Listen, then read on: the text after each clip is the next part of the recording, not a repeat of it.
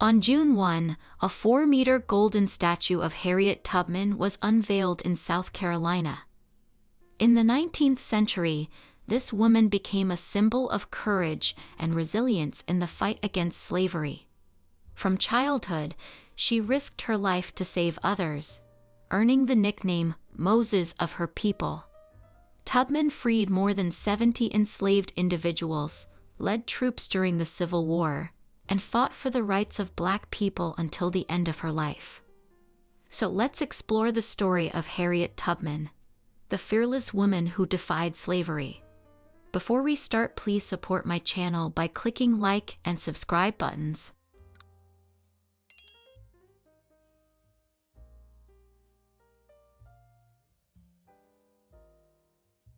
Tubman's ancestors were brought to America from Africa on a slave ship. The future abolitionist was born in the 1820s on Maryland's eastern shore into the enslaved family of woodcutter Ben Ross and cook Harriet Ritt Green. The girl was given the name Araminta, or Minty for short. 3 of her sisters were sold to other plantations, and the same fate awaited Minty's younger brother. However, due to their mother's resistance, he remained with the family. "You want my son, but the first person who steps into my house, I'll split their head open," Ritt declared to the slave owner. This desperate act inspired young Minty to fight for her rights. The childhood of those born into slavery was marked by hard labor, separation from loved ones, humiliation, and pain. At just 5 years old, Minty was sent to work as a nanny in another family. Each time the baby she cared for cried, she was whipped across the neck, scars that remained for life. As she grew older, Minty plowed fields, drove oxen, and hauled logs. Tubman could not accept the fate of a slave and showed her defiant spirit even as a teenager. One day in a grocery store, she encountered an enslaved boy who had fled from a plantation. His overseer ordered Tubman to stop him, but she refused and stood in the doorway to block his path. Enraged, the man grabbed a metal weight from the counter and threw it at the runaway, but struck Minty in the head instead, as she later recounted, fracturing her skull. She later recalled, "They carried me home, unconscious and covered in blood. There was no bed, no place to lie down. In the end, they placed me on a weaving bench, and I lay there for 2 days." Due to her injury, Tubman suffered from seizures, severe headaches, dizziness, and excessive sleepiness for the rest of her life. She could fall asleep anywhere, and waking her was nearly impossible. From that time on, she also began experiencing visions and vivid dreams. Raised on biblical stories and deeply devoted to God, she interpreted them as divine revelations. In 1844, Minty married a free African-American man, John Tubman, though their union was not legally recognized due to her enslaved status. She took his last name and adopted her mother's first name, becoming Harriet. However, her husband dismissed her desire for freedom as unrealistic and naive, often mocking her dreams. 5 years later, Harriet's owner died, and she began planning her escape. John, comfortable in Maryland, refused to leave with her. In September 1849, Tubman fled Maryland with her 2 younger brothers, but they soon turned back, terrified of being caught. She continued the journey alone, hiding from slave catchers, who were even aided by her own husband.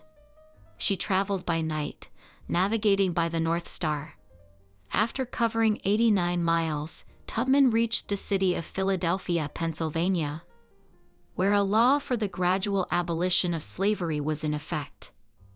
Years later, she recalled, "When I found I had crossed that line, I looked at my hands to see if I was the same person. There was such a glory over everything. The sun came like gold through the trees and over the fields, and I felt like I was in heaven." In Philadelphia, Tubman worked as a domestic servant and saved money to help her family escape.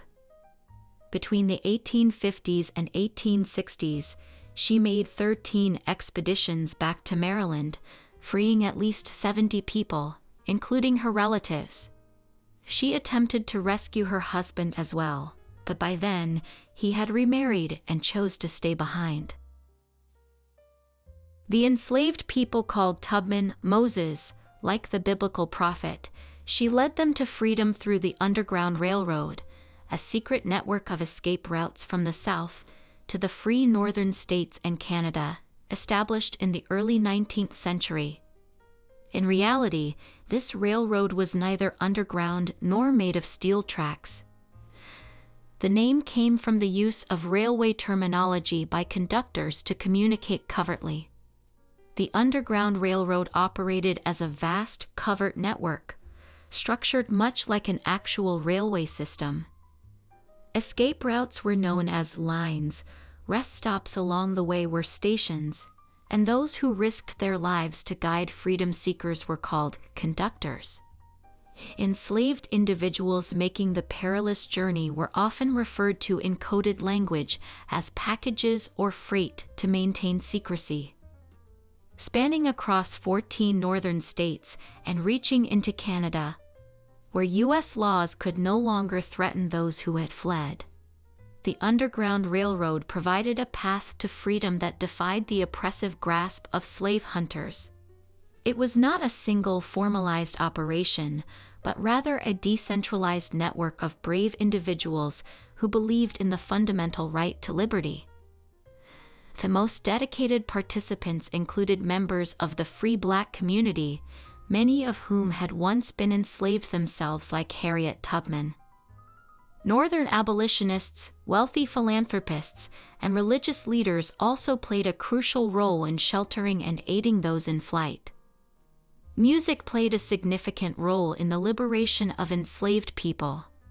By singing spirituals such as Swing Low, Sweet Chariot, and Go Down, Moses, they signaled to one another that Tubman was on her way.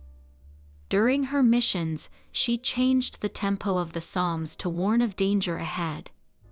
Tubman also carried a revolver to protect herself from pursuers or to intimidate escapees who considered turning back. I was the conductor of the Underground Railroad for 8 years, and I can say what most conductors can't. I never ran my train off the track, and I never lost a passenger, she once stated. Tubman became a leader and an inspiration to abolitionists fighting for the end of slavery. She helped one of the first white members of the movement, John Brown, develop the plan for the raid on the arsenal in Harper's Ferry, West Virginia. Because of her strategic thinking and fearless spirit, he called her General Tubman. Their goal was to seize Southern weapons and distribute them to enslaved people, but the plan failed, ending in Brown's arrest and execution. In 1859, abolitionist William Seward, who would later serve as Secretary of State and advisor to Abraham Lincoln, sold Tubman a small piece of land in Auburn, New York. This city was a stronghold of anti-slavery sentiment in America. At the beginning of the American Civil War, 1861 to 1865, Tubman worked as a nurse and cook for the Union Army, the North. However, she was soon sent on a reconnaissance mission to South Carolina, deep in Confederate territory. For a year, she gathered intelligence on plantations along the Combahee River, where thousands of enslaved people were forced to grow rice. On the night of June 1, 1863, Tubman and Colonel James Montgomery led 3 ships carrying hundreds of African American infantrymen through a river filled with mines. As they approached the shore, they signaled with a whistle, and 756 enslaved people ran toward their liberators. According to Tubman's recollections, many tried to take everything they could carry: pigs, pears, and even steaming pots of rice. The plantation owners were powerless against the mass escape and could do nothing but stand helplessly as soldiers ferried the people to the ships. Before departing, the Union troops burned plantations and Southern homes. This mission made Tubman the only African-American woman to lead troops in the Civil War, and the first woman in U.S. history to command a major military operation. After the Union's victory, Tubman campaigned for women's suffrage and helped formerly enslaved people find jobs. Her home in Auburn became a refuge for the poor, including her future second husband, Civil War veteran Nelson Davis. They married in 1869 and adopted a girl named Bertie 5 years later.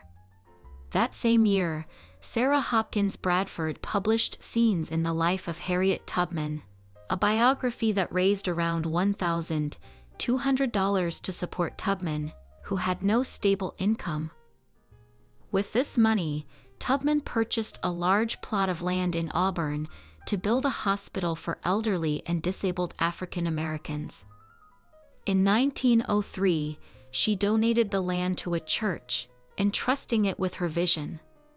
The hospital opened 5 years later, and as her health declined, Tubman became one of its patients. On March 10, 1913, she passed away after battling pneumonia. Despite her significant contributions to American public and political life, the government was in no hurry to recognize Tubman's achievements. For more than 30 years, her petitions for compensation for her service in the Civil War were repeatedly denied, with officials citing a lack of documentation of her work as a nurse, cook, and scout. Even her influential friends could not help resolve the matter. It was only in 1895, 6 years after her husband's death from tuberculosis, that Tubman was granted a widow's pension for a Civil War veteran, $8 per month. Later, Congress increased it to $20. The idea of honoring Tubman's legacy emerged more than a century later. During Barack Obama's presidency, discussions began about placing the abolitionist's portrait on the $20 bill, replacing the image of the 7th U.S. President, Andrew Jackson. However, the process stalled when Donald Trump took office. The U.S. government revisited the plan in 2021 after Trump's term ended, and it is expected that banknotes featuring Tubman will enter circulation between 2026 and 2034. I had a right to one of two things, liberty or death.